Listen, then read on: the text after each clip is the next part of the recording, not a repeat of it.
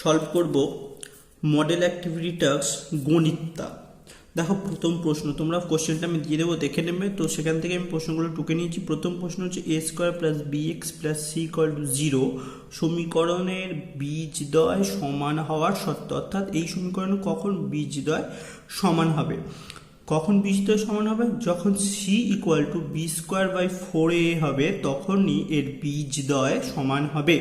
অর্থাৎ এর উত্তরটা কি হবে? C equal to B square by 4a হলে a square plus b x plus c equal to 0 সমীকরণের বীজদ্বয় সমান হবে। একটি বৃত্তের ব্যাসার্ধের দৈর্ঘ্য 10 সেমি এবং ওই বৃত্তের একটি জ্যায়ের দৈর্ঘ্য 12 সেমি হলে বৃত্তের কেন্দ্র থেকে জ্যায়ের দূরত্ব কত? ছবিটা এঁকেছি দেখো ছোট্ট করে, দেখো ও কেন্দ্রীয় একটা বৃত্তের, এবি হলো জ্যা আর ও হলো কেন্দ্র। তাহলে জ্যায়ের দৈর্ঘ্য কত বলে দিয়েছিল? জ্যায়ের দৈর্ঘ্য 12 সেমি, অর্থাৎ এবি সমান 12 সেমি, আর ব্যাসার্ধের দৈর্ঘ্য অর্থাৎ ও এ সমান 10 সেমি। দেখো লেখা আছে ব্যাসার্ধ সমান 10 সেমি আর জ্যা সমান 12 সেমি, অর্থাৎ বিসি এইটুকুটার দৈর্ঘ্য কত হবে? 12/2 সমান 6 সেমি সমান এসি, অর্থাৎ এটা আর এটার দৈর্ঘ্য সমান হবে। কেন সমান হবে?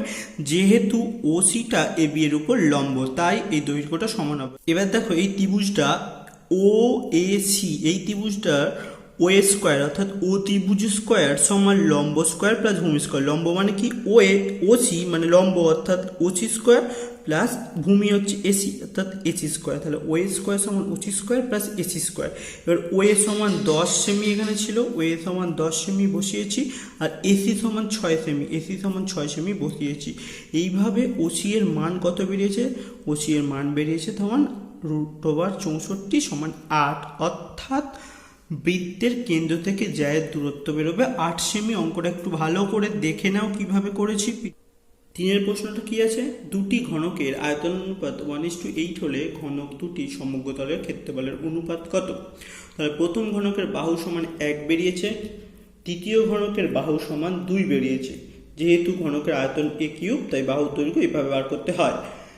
ঘনকের সমগ্র তলের ক্ষেত্রফলের সূত্র কি আমি জানি? 6 ইন্টু বাহু স্কোয়ার। 6 ইন্টু বাহু স্কোয়ার এখানে হচ্ছে প্রথম বাহুর দৈর্ঘ্য 1 বেরিয়েছে, অর্থাৎ 6 ইন্টু 1 স্কোয়ার ইকুয়াল টু 6। আবার দ্বিতীয় ঘনকের সমগ্র তলের ক্ষেত্রফল কি হবে? 6 ইন্টু বাহু স্কোয়ার মানে 6 গুণিতক 2 স্কোয়ার মানে 6 4 24। তাহলে অনুপাত কত হবে? 6:24 মানে 1:4, অর্থাৎ সমগ্র তলের ক্ষেত্রফলের অনুপাত কি হবে? 1:4। এইবার 4-এর দাগে যে অঙ্কটা আছে দেখো, 400 টাকার 2 বছরের সমূল চক্রবৃদ্ধি 441 টাকা হলে বার্ষিক শতকরা চক্রবৃদ্ধি সুদের হার কত? অর্থাৎ চক্রবৃদ্ধি সুদের হার নির্ণয় করতে বলেছে। আমি কি ধরে নিয়েছি যে মনে করি চক্রবৃদ্ধি সুদের হার r%। সূত্রটা আমি জানি, সূত্রটা কি? p into 1 plus r/100⁴n। এইটা হচ্ছে সমূল চক্রবৃদ্ধি সুদের সূত্র, তার মানে এটা সমান 441 হবে। সেটাই বসিয়েছি। দেখো p মানে আসল হচ্ছে 400 বসিয়েছি, এন মানে সময়, অর্থাৎ এখানে দেখো 2 বছর লেখা আছে, এন এর জায়গায় 2 বসিয়ে দিয়েছি, আর সমান সুদের হার, আর আমি ধরেই নিয়েছি লিখেছি। এইবার দেখো 1 প্লাস r/100⁴ সমান 441/400 হবে। এবার 441/400 যদি বর্গমূল করা হয়, 441 বর্গমূল 21 হয় আর 400 বর্গমূল 20 হয়, সেটাই হবে। এটা স্কোয়ার সমান এটা স্কোয়ার, দুটো স্কোয়ার কেটে গেলে তাহলে কি হয়? দুটো স্কোয়ার কেটে গেলে তাহলে পরে দেখো 1 প্লাস r/100 সমান 21/20 হয়। এখানে তাই করেছি, দেখো এটা এখানে 100-র সঙ্গে 1 গুণ করে 100 হয়েছে, আর যেমন আছে আর বসেছে, 100 নিচে আছে, স্কোয়ার যেমন আছে তাই। শেষে এখানটা দেখো স্কোয়ার কেটে দিয়েছি, স্কোয়ার কাটলে কি পড়ে থাকে? 100 প্লাস r/100, আর এখানে 21/20, আর 20 আর 100 কাটাকুটি করলে কি হয়? এখানটা 5 হয়ে যায়। এবার 5-এর সঙ্গে 21-এর গুণ করে 105 বসেছে, এখানে কিছু নেই মানে 1 আছে, এটার সঙ্গে গুণ করে এটা বসেছে। তাহলে আর সমান কি হবে? 105 থেকে 100 বিয়োগ অর্থাৎ 5। তাহলে বার্ষিক শতকরা চক্রবৃদ্ধি সুদের হার কত বেরোলো? 5 টাকা। 5 নম্বর প্রশ্নটা কি আছে? যে x12y27 ক্রমিক সমানুপাতি হলে x আর y এর মান কত? তাহলে যেহেতু ক্রমিক সমানুপাতি বলেছে, অর্থাৎ তাহলে x/12 সমান 12/y সমান y/27 একদম। এবার এই দুটোকে আমি নিয়েছি, যেহেতু দুটো একই আছে সেই জন্য। 12/y সমান y/27, তাহলে y গুণ করলে y স্কোয়ার, আর এই 12 আর 27 গুণ করলে হয় 324, অর্থাৎ y সমান কি হচ্ছে? 324-এর বর্গমূল করলে 18। তাহলে y এর মান বেরিয়ে গেল কত?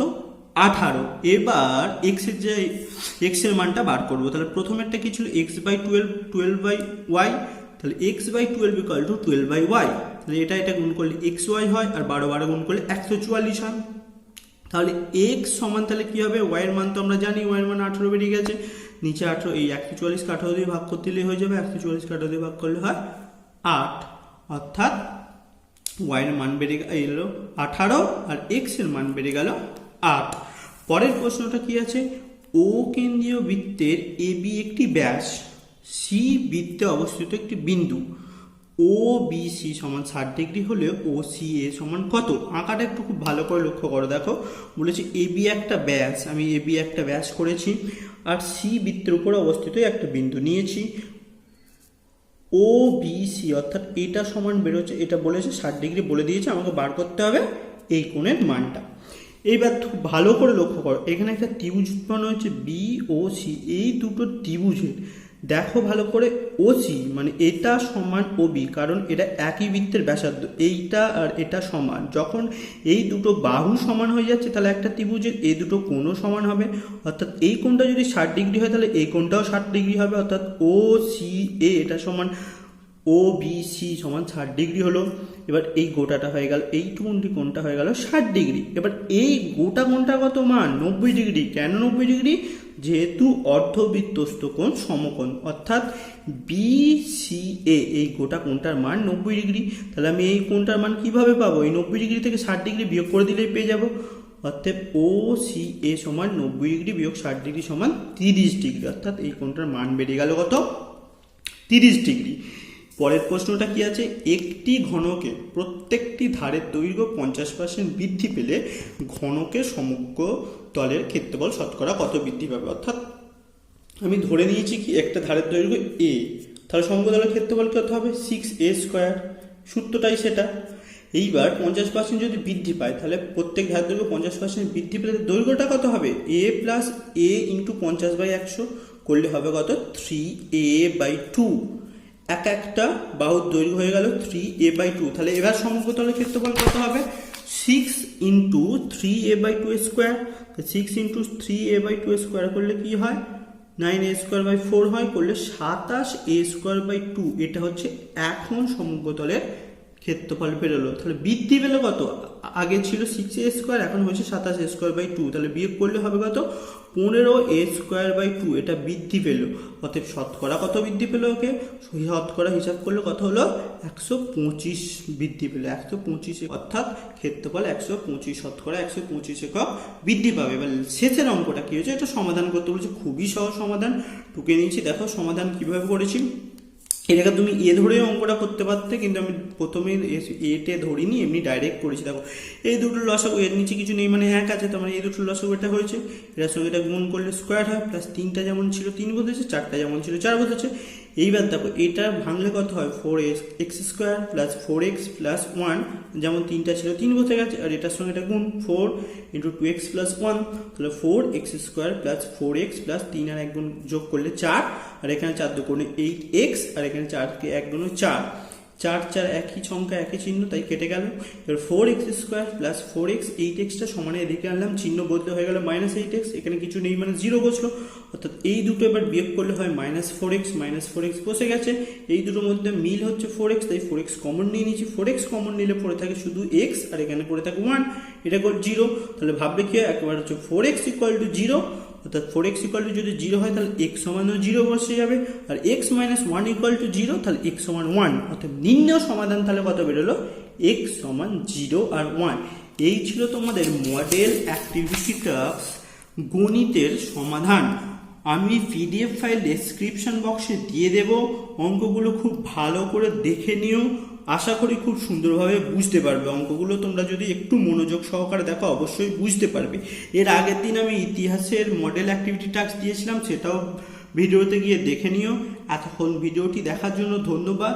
চ্যানেলটিকে সাবস্ক্রাইব করে লাইক বাটনটা প্রেস করো এবং বন্ধুদের সাথে ভিডিওটা শেয়ার করো, যাতে তারাও এই ভিডিওটা দেখে কিছু করে নিতে পারে, কারণ বিদ্যালয় খুললেই তোমাদের এগুলো শিক্ষক মহাশয়দেরকে দেখাতে হবে।